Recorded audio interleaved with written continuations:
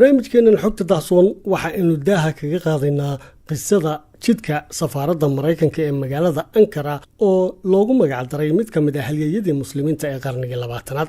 Dawladda hoose ee magaalada Ankara ee caasimadda dalka Turkiga ayaa jidka ay ku taalo safaaradda cusub ee Mareykanku ka dhisanayo magaaladaasi waxa ay ugu magac dartay halyeeyigii muslimka ee Malcolm X oo ka mid ahaa hogaamiyaasha xuquuqda madaniga ee dalka Mareykanka u doodi jiray.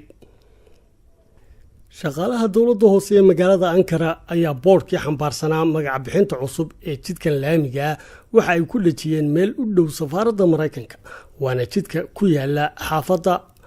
Kokoramba ee magaalada Ankara oo ka socdo dhismaha safaaradda Mareykanka taas oo la filayo in dhismaheeda la dhameystiro sanadka 2020 sida ay sheegtay shirkadda gacanta ku haysa dhismaheeda ee BL Habad.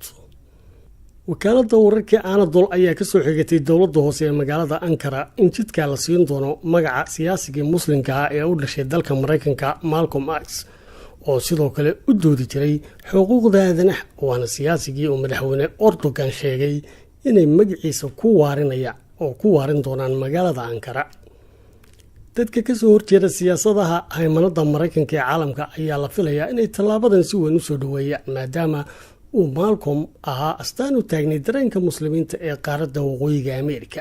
kana soo horjeeday siyaasadihii arrimaha dibadda ee dawladdiisa Mareykanka gaar ahaan kuwii ku wajahnaa caalamka Islaamka.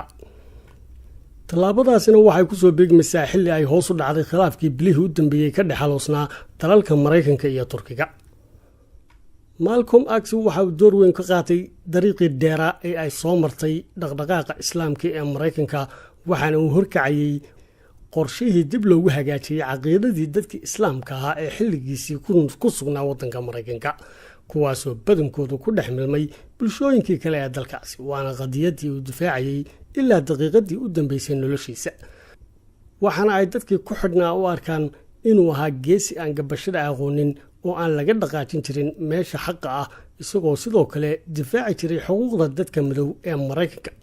eedeymana u jeerin jiray dadka caddaanka ee waddankaasi waxaana uu Malcolm ka mid ahaa dadkii African Americanka ahaa ee saameynta ku lahaa taariikhda dalkaasi Mareykanka.